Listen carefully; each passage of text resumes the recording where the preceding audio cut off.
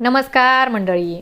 Star प्रवाहावरील लग्नानंतर होईलच प्रेम या मालिकेच्या पुढील येणाऱ्या भागामध्ये आपण बघणार आहोत की गुड्डू आता जीवाचं उरलेलं सामान नंदिनीला द्यायला येतो. नंदिनी म्हणते की गुड्डू भैया ही बॅग वगैरे पॅक करून तुम्ही कुठे चालला आहात.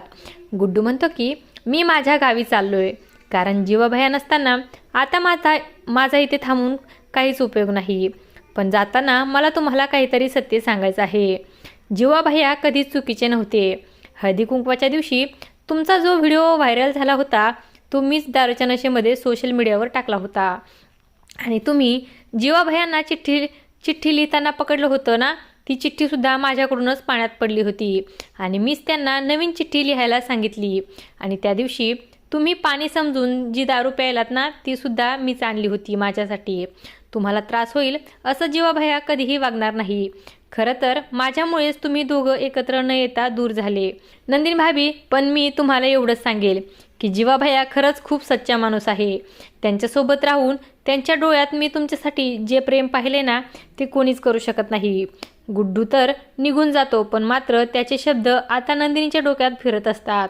इकडे देशमुखांच्या घरात आता काव्या जीवाला विचारण्याचा प्रयत्न करत असते की जीवा, मला सांगशील का नक्की काय झाले. तर जीवा तिच्यापासून लांब पळतो आणि बघ, मला नंदिनीबद्दल आता काही बोलायचं नाही असं म्हणतो.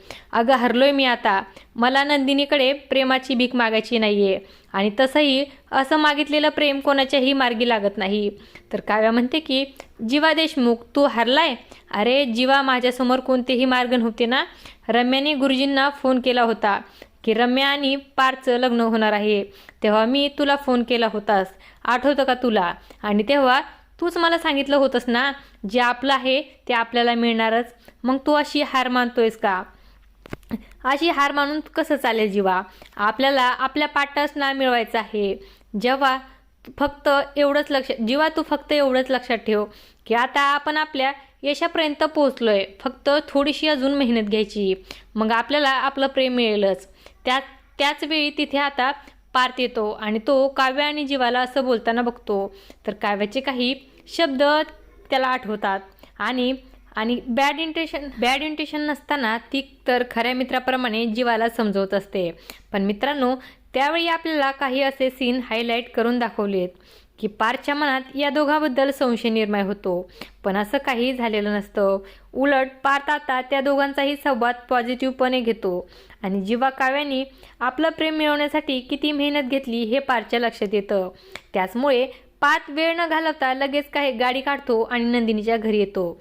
तर इकडे नंदिनी गाडी बघून खुश होते की अरे वा, जीवा आलेत. पण मात्र तिथून पार्थ उतरतो. पार्थ आता नंदिनीला म्हणतो की हे बघा, काळजी करू नका, मी जीवाचा भाऊ नाही तर तुमचा मित्र बनून आलोय. आज मी जीवा आणि काव्याला एका चांगल्या मित्राप्रमाणे बोलताना पाहिलंय. ते दोघेही त्यांचा भूतकाळ मागे टाकून पुढे चाललेत. आता आपल्यालाही पुढाकार घ्यायला पाहिजे. तर नंदिनी म्हणते की पार्थ, हे तुम्ही बोलताय? त्यावर पार्थ म्हणतो की हो, कारण माझे डोळे उघडलेत. मी विचार करतोय की जर काव्या आणि जीवा माझ्यासमोर आले तर माझ्या डोळ्यासमोर 16 डिसेंबरचे ते फोटो येतील आणि माझ्यासाठी हेच अंतिम सत्य होऊन बसलं होतं. पण आज मी जे काही पाहिलं त्यानंतर सगळंच बदलून गेलं. तर मित्रांनो, आता तुमची प्रतीक्षा संपली आहे. लवकरच पार्थ, काव्या आणि जीवानंदिनी एकत्र येतील असं काही आपल्याला बघायला मिळणार आहे. अशाच मालिकांच्या नवनवीन अपडेट्स पाहण्यासाठी आपल्या चॅनलला सबस्क्राईब करा आणि व्हिडिओ आवडला असेल तर लाईक आणि शेअर करायला विसरू नका. धन्यवाद.